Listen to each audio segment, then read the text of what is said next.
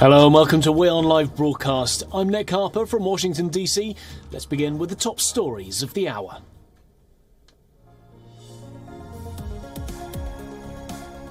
The Kremlin dismisses reports of a Russian invasion in the coming days, says that media reports alleging that Russia may invade Ukraine after February the 20th are irresponsible and fake news.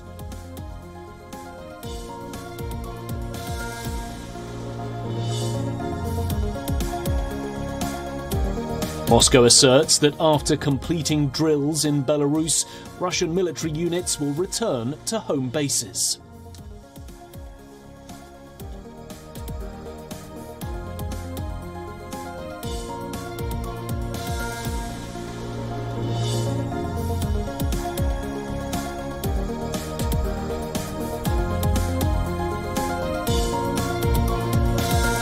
India's Ministry of External Affairs says that it's taken note of the truckers' protest in Canada and also the use of emergency powers by the Canadian government.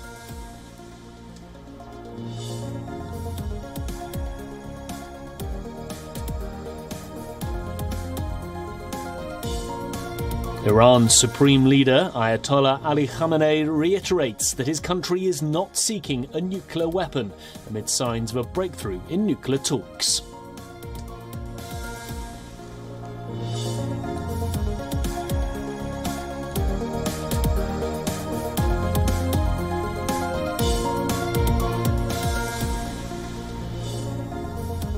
Several Sydney beaches, including the iconic Bondi and Bronte beaches, were shut down after a swimmer was killed in a shark attack, the first such fatality at the city's beaches in nearly 50 years.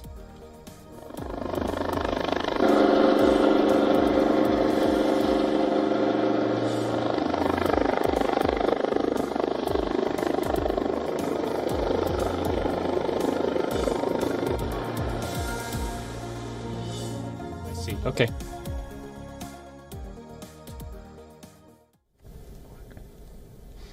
Well, today is the second day of NATO defence ministers' meeting in Brussels. And at the start of the meeting today, NATO's Secretary-General voiced guarded hopes for diplomacy. The defence ministers of NATO member states have once again assembled at the headquarters in Brussels to discuss the Russian situation around Ukraine. The Western military alliance is still unconvinced that the threat of a Russian invasion of Ukraine has lessened. Jens Stoltenberg has repeated his statement that the alliance has seen no sign of de-escalation from the Russian forces along the border with Ukraine.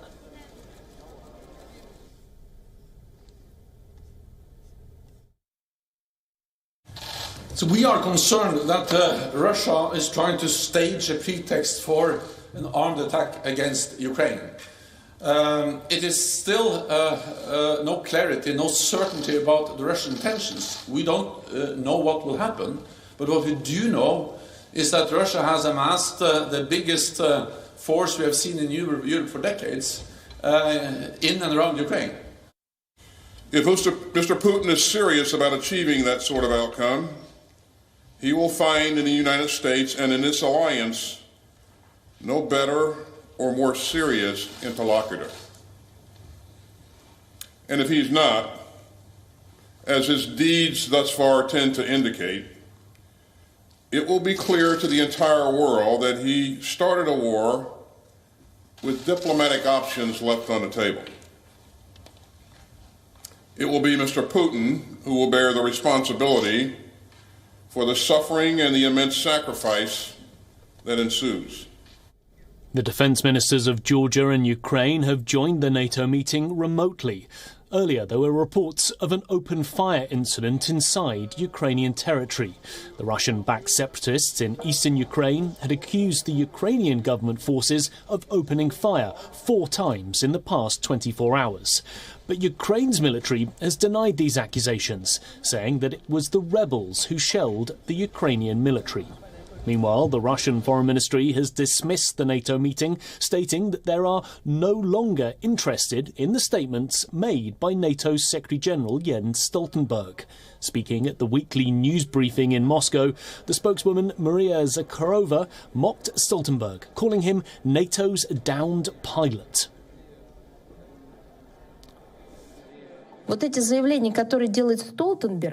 All those statements made by Stoltenberg, who is either the NATO Secretary General or a banker, I have not figured it out yet. We are no longer interested in them. He is not a person whose words will be taken seriously in Moscow. He is already NATO's downed pilot. So we will focus on a serious dialogue if our Western partners are ready for it. Meanwhile, the Western military officials have been accusing Russia of lying about pulling back its troops from the Ukrainian border. The latest US intel reports suggest that Moscow has in fact added more than 7,000 combatants near the borders of Ukraine. The US officials have directly accused Russia of lying. The British military officials have claimed that they've spotted Russian armoured vehicles, helicopters and a field hospital moving towards Ukraine's border. The West has warned that there is fresh evidence of Russia mobilising for war. Even the latest Ukrainian intelligence report shows no evidence of Russia pulling back its forces. На превеликий жаль, підтвердити цю інформацію ми не можемо саме об'єктивними показниками. Це не підтверджено даними ані української розвідки, ані даними наших розвідувальних товариств, наших стратегічних партнерів. Вони заяву цю зробили, невеличкі підрозділи ніби як зробили рух, але насправді говорити, що деескалація відбувається, неможливо, тому що їх слова не підтверджені практики, вони не вивели війська. Well, the Western warnings contrast sharply with Russia's attempts to show that it is de-escalating. Fresh satellite images support Western statements. Images show Russia moving some of its military equipment deployed near Ukraine. There is still a lot of forces and equipment near its ex-Soviet neighbour. Battle groups of armoured vehicles, a new attack helicopter unit and artillery were visible at Zayabrovka airfield. Satellite images also showed heightened military activity, with a pontoon bridge less than 6 kilometres from the Belarus-Ukraine border. Russia, meanwhile, announced more troop withdrawals from the annexed Crimea Peninsula today. This is the second such announcement that its forces were pulling back after exercises in the southern and western military districts near Ukraine. On Wednesday, it even published a video that showed tanks, artillery and units leaving the Crimean Peninsula. Well, for more on this, we're joined by our correspondent Susan Turani, who's joining us live from New York. Susan, Moscow continues to say that troops are coming back, but NATO remains unconvinced. Why so?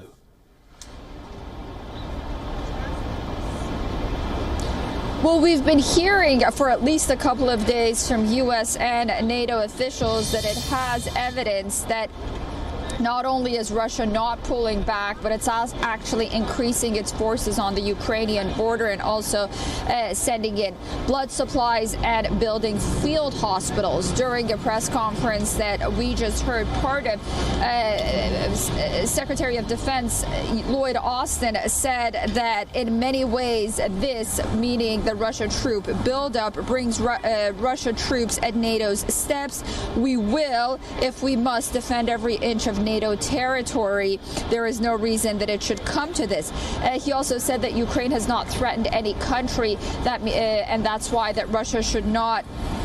And yet, that is what Moscow would have us to believe, the reason for the troop buildup. And I think it was interesting that he says that we see them much closer, fly more aircrafts, stocking them blood supplies, as I mentioned. And it was interesting. He said, I was a soldier and can tell you firsthand that is for no reason. And just a side note here, the United States is planning on reestablishing and expanding its presence in Poland. We heard today from the Defense Department and also reports from the New York Times, and the reason for that is because the Defense Department believes that this troop buildup, despite Russia's denial on the Ukrainian border, is not only for Ukraine, but really Vladimir Putin has ambitions to move past Ukraine and to Poland as well. And Susan, how would you evaluate Lloyd Austin, the US Defence Secretary's tone when he made a statement meeting European allies? So this trip really by Lloyd Austin was to send a message not only to Vladimir Putin, but in many ways to Xi Jinping and to the Iranians as well, that if in any way there was any concern that there might be some kind of rift in the united policies of NATO when it comes to dealing with adversaries like that won't be the case. And I think that Lloyd Austin and NATO officials really did demonstrate that, at least in the beginning of this meeting so far as we've seen. That has been the tone, because we saw that statements have really been in line. But also recent developments that have come out, first with Russia's denial that it doesn't want to attack Ukraine, and then saying that it's pulled back its troops. Let's not mention that Russia too did provide footage that it's pulling back some of its troops from Crimea, as did the West provide footage that it's increasing its troops elsewhere. But all of the statements and all of their sort of tone and rhetoric, the United States and heads of NATO, and then other European ministers, and then other heads of states, you know, Joe Biden, Olaf Scholz, Emmanuel Macron, they've really set the same tone in saying that they will be united and defiant against Russia. And I think that was very important for Lloyd Austin to go on the international stage and say that, because there was sort of that kind of understanding, if you may, that Vladimir Putin might sort of take advantage of a rift between NATO and the United States and stage this incursion. Thank you, Susan. That was Susan Tarani joining us live from New York City. Well, next, though the Western allies have been pushing to solve the crisis through diplomacy, their strategy on the ground is no different than that of Moscow's. After meeting NATO defence ministers in Brussels, Secretary-General Jens Stoltenberg said that the alliance is weighing up whether to send fresh troops to its eastern and southeastern member countries.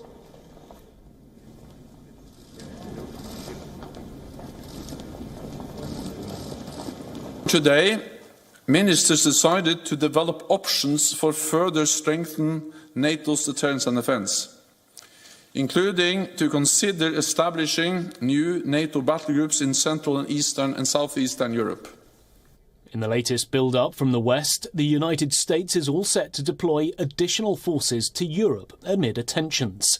The US sent members of the 101st Airborne Division from Fort Campbell in Kentucky to NATO allied countries. US troops assigned to the 82nd Airborne Division set up an operating base on an airfield close to the city of Zamość in eastern Poland.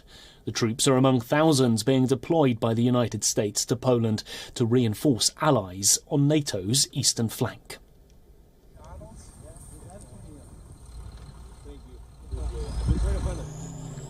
The Central Intelligence Agency of the United States had earlier said that Russia would attack Ukraine on February the 16th. But, as we saw, that didn't happen. And now, US intelligence continues to work on what may be its most crucial task of the moment, trying to crack a probable date for Russia's potential attack on Ukraine. This is perhaps the biggest challenge for the CIA currently. It was just days ago that the US president reportedly informed Western leaders that Russia might launch its invasion on February the 16th.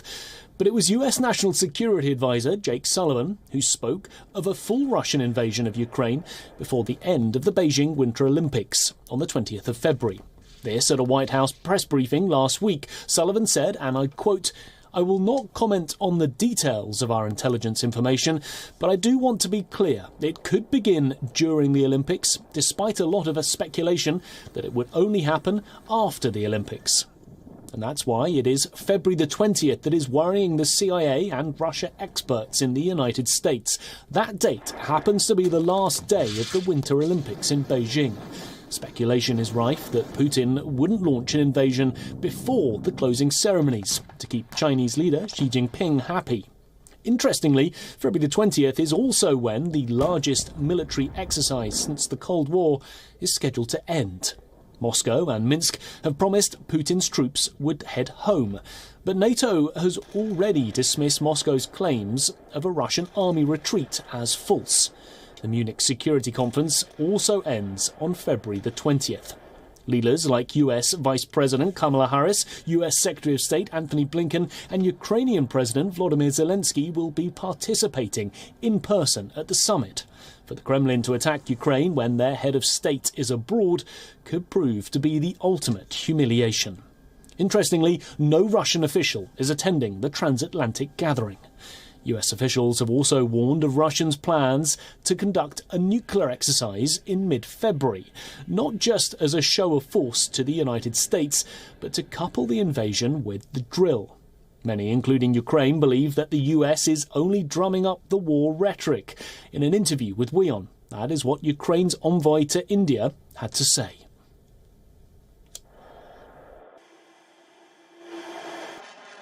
For some people, this 16th of February, it became some kind of tamasha, mukabla. Who will predict the exact date? You see, even yesterday, when there were first signs of de-escalation of situation, you see, it sounds really ridiculous. The fact remains the CIA has been struggling to work out Russia, a country governed by Vladimir Putin, a former KGB agent. Ukraine is just the latest flashpoint for the two intelligence giants, considering the CIA and KGB have jockeyed for advantage against each other for decades, especially throughout the Cold War. Countless campaigns were launched against each other, many resulting in proxy wars and assassinations. The theft of America's atomic bomb secrets was the KGB's greatest coup. The CIA, in turn, hired KGB and GRU officers to betray the Kremlin on multiple occasions.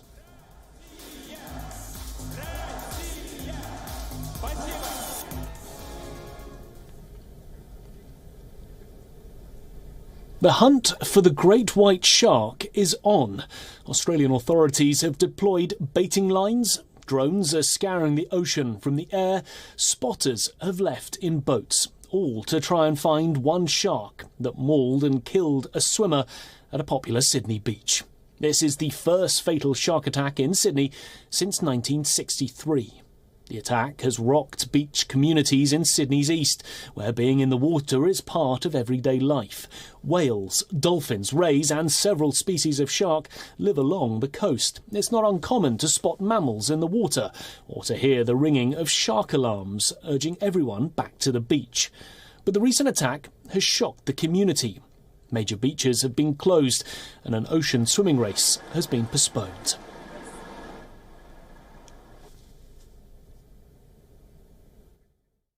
Undeniably, this has shaken our community to the core, and people all across our area will be looking at the coast a little bit differently. There is always risk in open water, but the main message which we have for our community is that shark attacks, even though this has very tragically ended up, are exceptionally rare. This is the first time in many decades, but unfortunately someone has died in very graphic circumstances. When we say the word shark, the emotions that it usually incites are that of danger. While the shark is an apex predator, it plays a vital role in the health of marine ecosystems. It's estimated that 100 million sharks are killed by humans every year, but in comparison, only around 11 sharks in 2021. In fatal attack in almost 60 years. Like killer predators, thanks to Hollywood movies. Which brings us to the question, how common are shark attacks? Statistics show that more than a third of shark encounters leave no injury. Very few of these provoked attacks. This is when shark attacks a human in its without any provocation. Data says that there were 3 fatal shark attacks in Australia last year. 2 attacks were in New South Wales. Until now, there had not fatal shark attack so far in this year, 2022. Attack on the Sydney beach.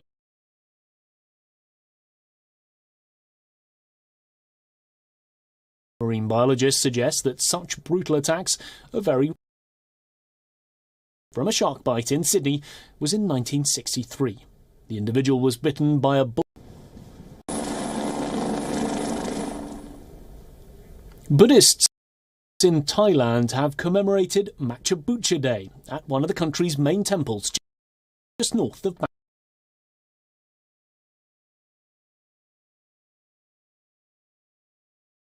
by lighting 1 million lanterns at the temple. Buddhists returned to the traditional methods to mark one of the holiest